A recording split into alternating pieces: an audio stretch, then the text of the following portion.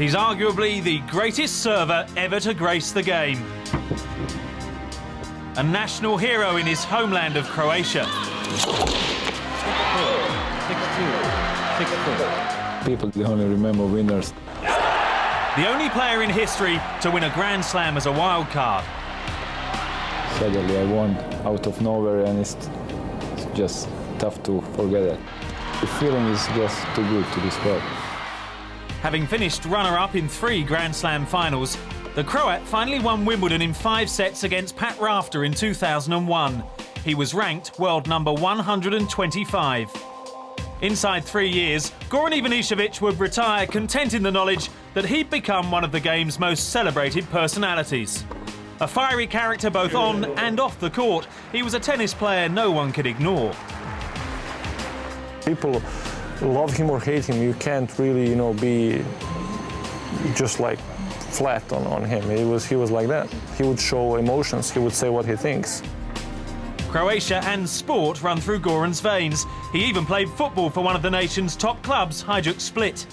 But it was his patriotic public stance during the war which followed Yugoslavia's disintegration, which made him a national hero. When I played in those 90s, war was still pretty much going on, and for me it was an honor to play for my country, to represent my country best I can. Even I received a lot of death threats almost every tournament.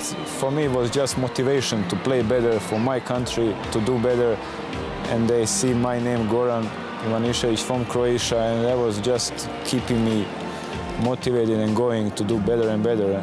And I have that chance, and I just took it well, talking about my country, and it was really a great time for me.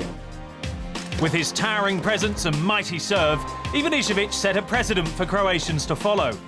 The first of a number of big serving giants, the most recent of which is Marin Cilic. Goran's legacy clearly lives on. Marin Cilic, my favorite all-time player is Goran Ivanisevic.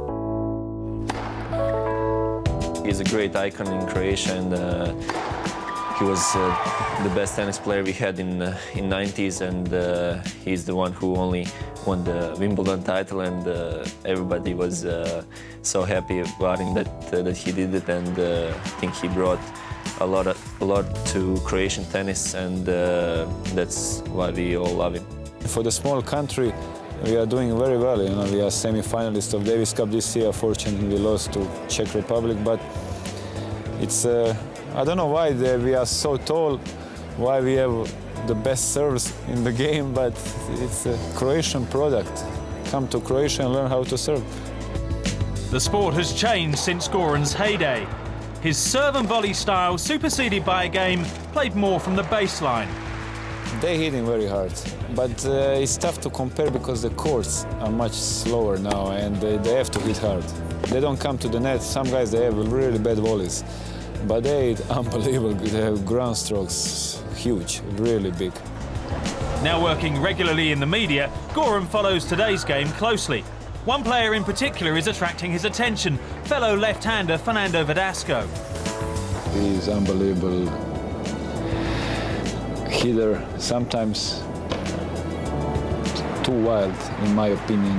He should maybe slow down a little bit, but it's just so nice to watch him.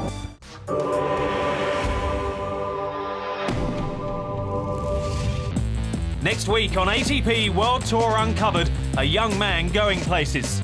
The Moscow-born Evgeny Korolev on his rise to the top. And we hit the beach stateside, going beyond the sea and surf to uncover all the action at Del Rey. Until then, don't forget to log on to atpworldtour.com for your 24/7 breaking news.